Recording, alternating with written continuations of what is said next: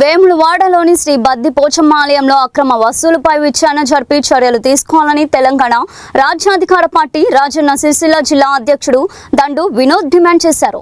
ఆలయంలో భక్తుల నుంచి డబ్బులు వసూలు చేస్తున్నట్లు పత్రికల్లో కథనాలు వచ్చిన నేపథ్యంలో ఆయన ఆలయ ఈవోకు లిఖితపూర్వక ఫిర్యాదు చేశారు.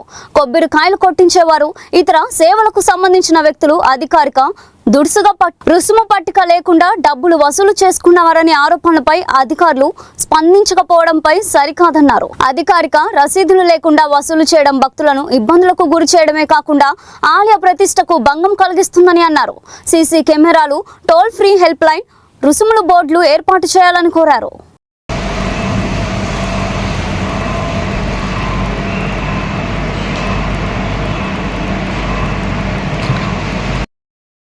నేను మీ దండు వినోద్. తెలంగాణ రాజ్యాధికార పార్టీ ఆధ్వర్యంలో బద్దిపోచమ్మ ఆలయంలో జరుగుతున్నటువంటి అక్రమ వసూళ్లకు వ్యతిరేకంగా పోరాటం చేయడం జరుగుతుందని చెప్పి తెలపడం జరిగింది ఇంతకుముందే.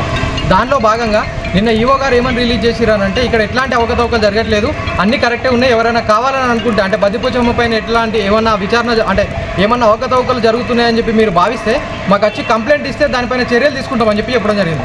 దానిలో భాగంగా ఇవాళ పొద్దున ఇప్పుడే ఒక 10 నిమిషాల ముందే వచ్చి ఇక్కడ ఈవో గారిని కాంటాక్ట్ అవ్వడం జరిగింది. ఈవో గారిని కాంటాక్ట్ అయితే వాళ్ళు ఏఈఓ గారు ఉన్నారు, పిఆర్ఓ ఆఫీస్లో ఏఓ గారు ఉన్నారంటే అక్కడికి వచ్చి కంప్లైంట్ ఇవ్వడం జరిగింది. ఆ కంప్లైంట్లో దానికి సంబంధించిన పూర్తి ఆధారాలను కూడా ఇచ్చి జత చేసి కంప్లైంట్ ఇవ్వడం జరిగింది. అయితే మేడం గారు ఏమన్నారంటే విచారణ ఎవరికైనా అవకతవకలు జరుగుతున్నాయని పాల్పడితే లేకపోతే ఎవరైనా ఎదుర్కొంటే అవకతవకల్ని మాకు వచ్చి కంప్లైంట్ ఇవ్వమని చెప్పారు. కానీ నేను పొద్దున్న నుంచి కాల్ చేస్తే పొద్దున్న నుంచి నాకే అవైలబుల్ లేకుండా ఉన్నారు. ప్రతి ఒక్కరు అంటే భక్తులు ఎక్కడెక్కడి నుంచో వచ్చే భక్తులు, వివిధ రాష్ట్రాల నుంచి వచ్చేటువంటి భక్తులు అక్కడ భక్తిగా వెళ్ళి దర్శనం చేసుకోవడానికి చూస్తారా, లేకపోతే కంప్లైంట్ చేయడానికి మీ పిఆర్ఓ ఆఫీస్ చుట్టూ తిరగాల్సి వస్తుంది.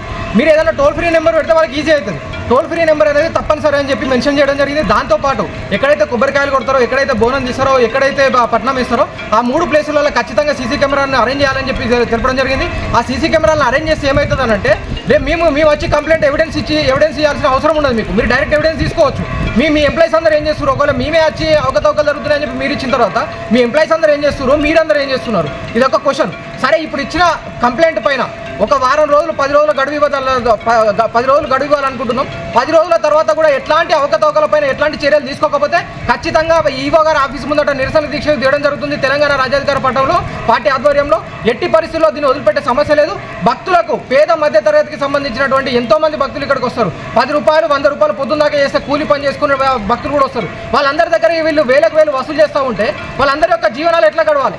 ఏదో దేవుడు కదా ఇక్కడికి వస్తే శాంతి దొరుకుతుంది, ప్రశాంతంగా ఉంటామన్న లైఫ్ ప్రశాంతత కోసం అని ఇక్కడికి వస్తే మీరు ఇక్కడికి వచ్చిన తర్వాత దోపిడీ చేస్తూ ఉంటే వాళ్ళు ఎట్లాంటి ఎన్నో రకాల ఇబ్బందులు ఫేస్ చేయాల్సిన పరిస్థితి ఉంటుంది. వీటికి వచ్చేది ప్రశాంతత కోసమా లేకపోతే మీకు డబ్బులు ఇవ్వడానికా? ఇదొకటి అర్థం కాని పరిస్థితి ఉంది. అందుకే పేద మధ్యతరగతికి సంబంధించిన భక్తులు ఎవరైతే ఉన్నారో వాళ్ళందరికీ అక్రమ వసూళ్ల నుంచి విముక్తి కలిగించేంత వరకు తెలంగాణ రాజ్యాధికార పార్టీ పోరాటం చేస్తూ ఉన్నది.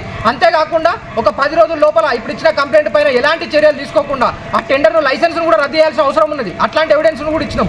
ఒకవేళ అది కూడా చేయకుండా ఎట్లాంటి చర్యలు తీసుకోకపోతే మాత్రం ఖచ్చితంగా ఈవో గారి ఆఫీస్ ముందట నిరసన దీక్ష చేపట్టడం జరుగుతుంది. అవసరమైతే బద్దిపోచమ్మ ఆలయం ముందు కూడా నిరసన దీక్ష చేసే అవకాశం ఉంటుంది. Thank you so much.